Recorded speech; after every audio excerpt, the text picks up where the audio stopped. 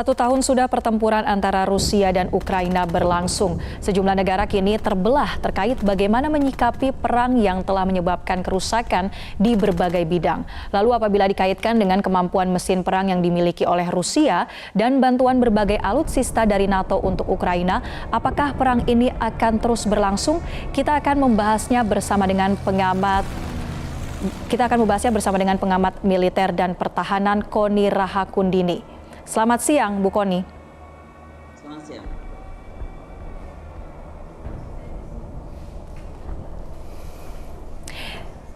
Bu Koni, kalau kita melihat saat ini kondisi perang dari Rusia dan Ukraina, benarkah bahwa dunia saat ini belum bisa berharap bahwa perang akan berakhir dalam waktu dekat? Apa saja faktor-faktor yang menyebabkan perang ini terus berkelanjutan, Bu Koni?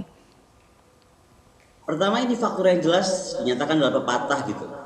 When you are playing with fire, kita pasti terbakar. Dan menurut saya Amerika dan NATO sedang terbakar karena bermain dengan api. Dan tantangan yang dihadapi Rusia itu sebenarnya kita mesti paham. Kalau tadi saya lihat seolah-olah ini kok jadi kayak iklan Ukraina menderita banget. Ini harus dilihat bahwa tantangan yang dihadapi Rusia juga nggak ada bandingannya. Tidak pernah dalam sejarah ada perang model begini. Semua jalur diplomasi ditutup. Semua cara mau berdiplomasi juga dihindari. Diplomat Rusia dikucilkan gitu kan. Belum lagi sanksi-sanksi dan lain-lainnya. Jadi bentuk konfrontasi perang ini nggak pernah terjadi seperti ini, nggak pernah terjadi sebelumnya. Dan attitude dan arogansi dari Global North atau negara-negara Amerika dan kawan-kawannya ini membuat tidak membuat ruang untuk apapun yang bisa dilakukan Rusia.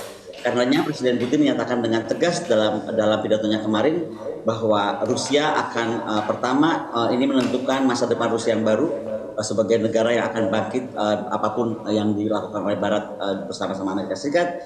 Kemudian Rusia menentukan partisipasinya dalam persetujuan New START, itu juga menjadi penting, tanda menjadi babak baru bahwa semua hulu ledak nuklir Rusia itu mungkin tidak bisa lagi diatur dalam agreement yang menurut Rusia, dari kacamata Rusia berarti dihianati juga oleh Amerika Serikat gitu, karena itu sudah baru saja diperbarui 2021. Kemudian juga fungsi perjanjian untuk membatasi tanggung jawab perang ini juga akan diolah oleh Rusia dan lain-lain.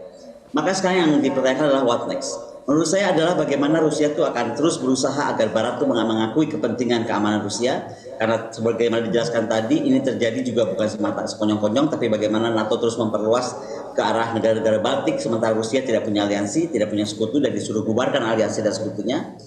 Kemudian Rusia akan memastikan bahwa isu strategis terkait ekonomi, currency, dan juga isu keamanan itu akan diciptakan model baru yang menurut saya Indonesia bisa mengambil peran, karena Indonesia itu punya kemampuan yang sangat direspek, yaitu non-alignment movement-nya, itu non-alignment position-nya. Dan kita harus tahu bahwa pidato Bung Karno to build the world anew itu akan dijadikan treasure of the world di bulan Juni besok mendatang oleh UNESCO. Artinya sekarang seluruh mata dunia itu sedang melihat kepada bagaimana ternyata gerakan non-blok lah yang sebenarnya bisa mengamankan dunia. Artinya di sini juga kita bisa lihat bahwa kerjasama dari kekuatan dunia baru itu akan dibentuk. The Global South akan mengambil peran dari peran yang salah dari Global North. Yang ini yang saya sampaikan beberapa kali bahwa mengganggu Rusia itu adalah sebuah suicidal gitu. Dan sekali lagi saya mungkin mau koreksi sedikit pernyataan Pak Iqbal tadi seolah-olah ini invasi Rusia.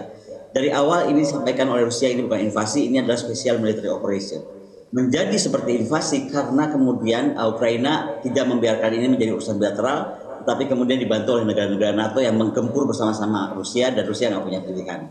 Jadi kalau tadi dinyatakan kedepannya seperti apa, pernyataan Cina yang tadi dinyatakan di PBB itu menyatakan bahwa sebenarnya bahwa ruang diplomasi mesti dibuka. Dan inilah yang sekarang kita tuntut sebenarnya dari sikap negara-negara Amerika dan negara NATO. Mengapa dalam perang kali ini ruang diplomasi itu ditutup sehingga Rusia nggak pernah punya kesempatan untuk menyelesaikan masalah secara damai. Yang ketiga yang paling penting, jika ini terus berlanjut maka akan terjadi degradasi kepercayaan masyarakat dunia kepada demokrasi, karena nilai-nilai demokrasi itu akhirnya luntur. Ternyata ada model sekarang teman membela teman alias tadi yang berbahaya. Kemudian juga kita akan luntur kepercayaan kita terhadap apa yang disebut globalisasi. Karena ternyata kepercayaan kita terhadap globalisasi itu bisa di-attack kapan saja, dengan misalnya kita lihat apa yang terjadi pada Rusia dengan mematikan Swift Code, dengan kemudian memberikan sanksi yang demikian besar. Saya harus angkat ini adalah kita harus menolak bahwa bahwa apa yang dilakukan oleh negara-negara Barat ini sebenarnya adalah bagaimana untuk mengcounter Rusia dan juga menghancurkan Rusia. Untuk apa? Karena persiapan menurut saya ini adalah tes dari negara Barat untuk melakukan ini kepada Cina. Dari faktor geopolitik, dari faktor defense, kalau saya lihat peta skala yang terjadi, eskalasi ini sebenarnya target utamanya itu akan latihan perang-perangan ini malah adalah tujuannya akan segera dipindahkan mandalanya ke Cina. Apakah dimulai dari Laut Cina Selatan, apakah dari urusan Taiwan. Tetapi pembelajaran buat Indonesia, kalau kita tidak menstabilkan dunia, tidak membantu mendorong kembali dihidupkannya gerakan non-alignment movement atau Spirit of Bandung dengan dasar sila Bandung, yang intinya menghapus aliansi dari muka bumi, maka kita akan ada masalah besar. Yang kedua, kita harus menghidupkan kembali non-alignment movement karena UN tidak berfungsi dan fair sebagaimana seharusnya. Oleh karena itu Indonesia harus lead kepada bentuk baru, dunia baru yang disampaikan oleh Presiden Putin kemarin, di mana dunia itu betul-betul akan lebih fair. Komposisi dunia hari ini itu 1 miliar orang mengontrol 7,6 miliar orang, dan itu adalah Global North mengontrol Global South. Ini adalah perang yang bukan cuma semata perang tentang sebuah perang militer, tetapi perang yang lebih luas dan bentuknya nggak pernah kita terima. Dan sekali lagi, yang paling kita mesti perhatikan adalah perang ini terkait teknologi, terkait currency, dan bukti bahwa perang modern sedang terjadi. Dan sekali lagi, kita mesti menghadapi dunia yang tidak mudah, dan disinilah posisi diplomat Indonesia itu juga diperlukan yang semakin kuat dengan keyakinan bahwa kita akan bisa membalas dunia. Karena sekarang sekali lagi tidak ada pilihan, dunia memang berubah sebagaimana pidato Presiden Putin.